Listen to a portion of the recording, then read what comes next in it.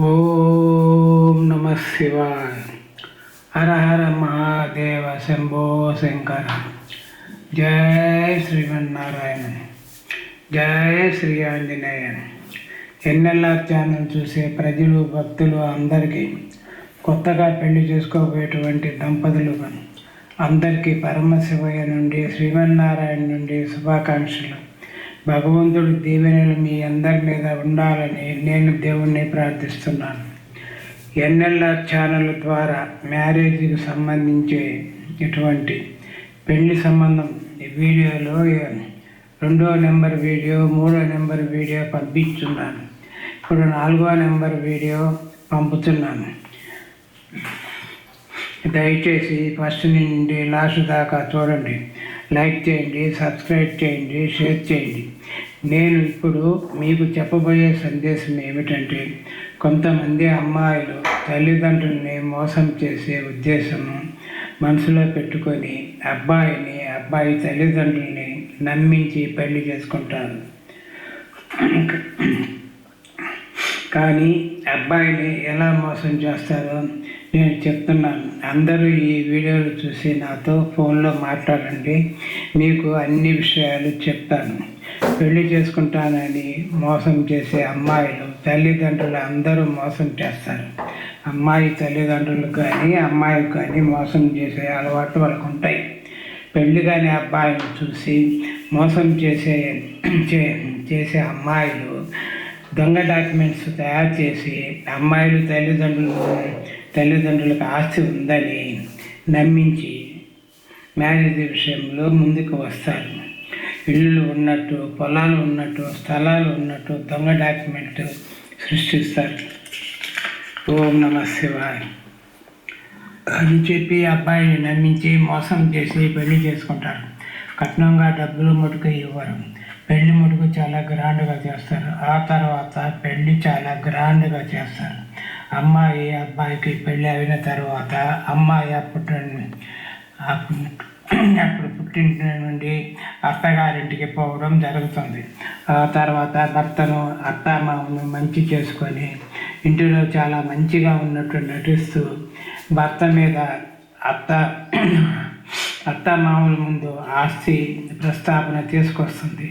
ఆ తర్వాత ఆస్తి భార్యాభర్తలు జాయింట్ పేరుతో రాయించుకునే దానికి ప్లాన్ చేస్తుంది.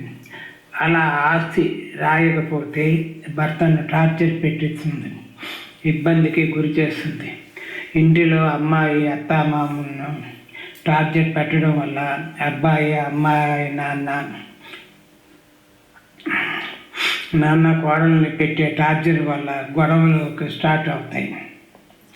అబ్బాయి తల్లిదండ్రులు కోడల్ని ఏమీ అనకపోయినా కిలాడి కోడలు అత్తమామ కోడల్ని కొట్టినట్టు తిట్టినట్టు ఇంటి పక్కన ఉన్నటువంటి వాళ్ళతోటి మా అత్తమామ నన్ను కొట్టారు అని అందరికి చెప్పుకొని తప్పంతా అత్తమామది ఉన్నట్టు నటిస్తుంది. ఇరుగు పొరుగు చూసేవాళ్ళు అమ్మాయి ఎంతో అమాయకురాలుగా ఉంది అనుకునేటట్టుగా నటిస్తుంది. ఆ తర్వాత అమ్మాయి భర్తతో ఉన్న ఆస్తి కూడా నా పేరుతోనే రాయి అని బ్లాక్మెయిల్ చేస్తుంది జగత్ కిలాడి అమ్మాయి. ఆ తర్వాత భర్త పేరు ఉన్న ఆస్తిని అమ్మాయి భర్త పేరుతో రాయకపోతే భర్త మీద రౌడీని తీసుకొచ్చి తోటి గొడవలకి చేయిస్తుంది. అది వీలు కాకపోతే పోలీస్ స్టేషన్కి పోయి పోలీస్ కేసు పెట్టడం జరుగుతుంది. కోర్టులు కేసులు కూడా పెట్టడం జరుగుతుంది. అమ్మాయి భర్త మీద, అత్తమామల మీద, ఆడపడుచుల మీద, బంధువుల మీద కోర్టులో ప్రైవేట్ కంప్లైంట్ వేసి అందరినీ కోర్టులో లాగుతుంది. ఆ అమ్మాయి పోలీస్ స్టేషన్కి కోర్టులు అంటే అలవాటు. అమ్మాయి అత్తింటితో కూడా మీడియాలో అత్తామామల మీద కూడా మీడియాని పిలిపించి కించపరిచే మాటలు చెప్పి వాళ్ళ చేత వీడియోలు తీపిచ్చి పంపిస్తుంది. కోర్టులో కేసులు వేయటం జరుగుతుంది. ఆ కేసులు కూడా 1, 2 కాదు 5, 6 కేసులు వస్తుంది. డివిసి కేసు అని వేస్తుంది. ఎంసీ మెయింటెనెన్స్ కావాలా మాకు తింటాను కానీ కేసు వేస్తుంది.